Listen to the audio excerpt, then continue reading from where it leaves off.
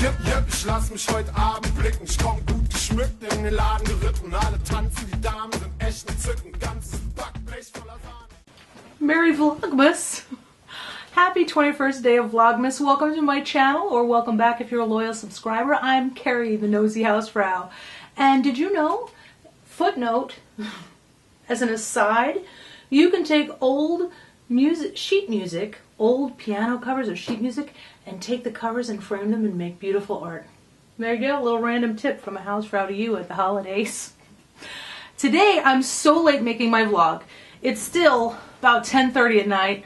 I was on a live stream with Don't Get It Twisted. If you're not familiar with her channel, I'm going to link that live stream below if you're interested in hearing two broads bitch about Joy Sparkle BS. That's basically what we were talking about. Every once in a while I dip my toe in hate watching, I admit it.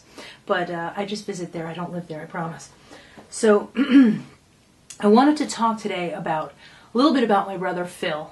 He is number 7 of 10. Nope, sorry, he's 8 of 10. I'm the 10th of 10. We grew up together on Long Island, of course, as siblings would do in the same house.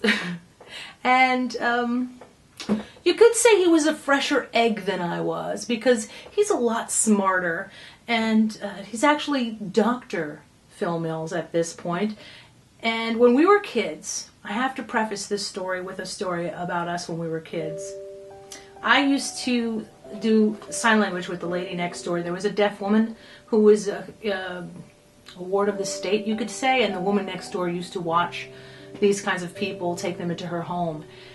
This woman was highly intelligent, but she was born in the early 1900s, and back then, if you had any kind of a disability, they just put you in an asylum, sadly, would sterilize them, put them in an asylum, and she had a lifelong fear of hospitals because of that. But she was also a very intelligent woman, as I found out.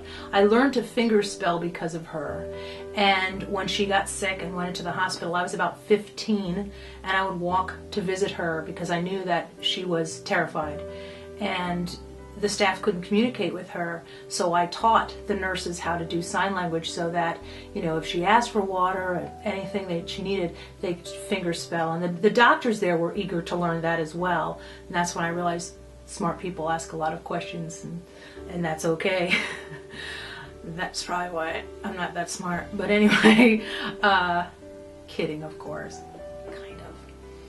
But anyway, I took care of her, and the point that I want to make here is that my brother saw me over this fence talking to her, you know, hi, and she taught me other signs too, and my brother said, I could never learn that. I can't do languages. Whatever you're doing, I could never learn that.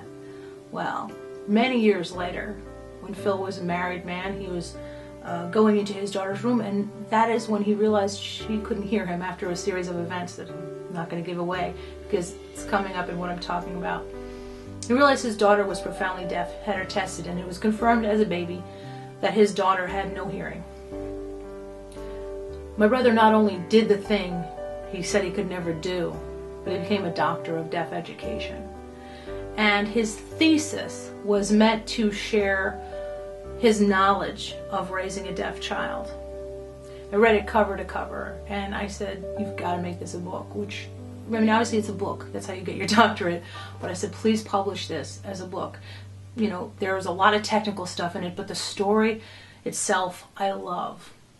And he did. Not necessarily at my behest, probably was something he was going to do anyway, but I couldn't wait for him to do it. It's my favorite thing that he's written. It's called Embracing the Wind. And there is a picture of my niece as a child. She used to say, I love you backwards. And there's a story about that in here. And this is a picture of her younger, and how he raised her, how you communicate with a child. The story is one of a father's love. It is such a sweet story. I read it cover to cover, straight through. And here, I'll read the back for you. This book is based on the personal experience of the author as a sign language interpreter, teacher of the deaf, administrator of a deaf education program, and parent of a deaf child. Dr. Mills explores the many complex challenges of educating deaf children. His blend of storytelling and research has produced a compelling and informative read, Follow Dr. Mills through his life, from raising and educating a deaf child to his conclusions concerning the education of the deaf. I couldn't be prouder of this person, because when it comes to education, you won't find someone more dedicated to helping the student. And this book, to me, is a testament to how much he loves his daughter. And even though that's not why he wrote it, that's absolutely what I took away from it. And if you're interested in this, I'm going to link below how you could purchase it. And I hope you do read it. If you know anybody who has someone in their life who's hearing impaired or deaf, I really think they would get a lot out of this story. I do not have a deaf child, and of course I'm a hearing person, but I still got so much out of this story. I just thought it was touching in ways that I don't think my brother anticipated.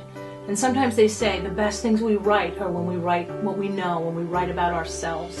And that certainly holds true for this. I think this is the best thing he's written, and it is, to me, the most perhaps accidentally raw glimpse into his beautiful mind. So I hope you read it.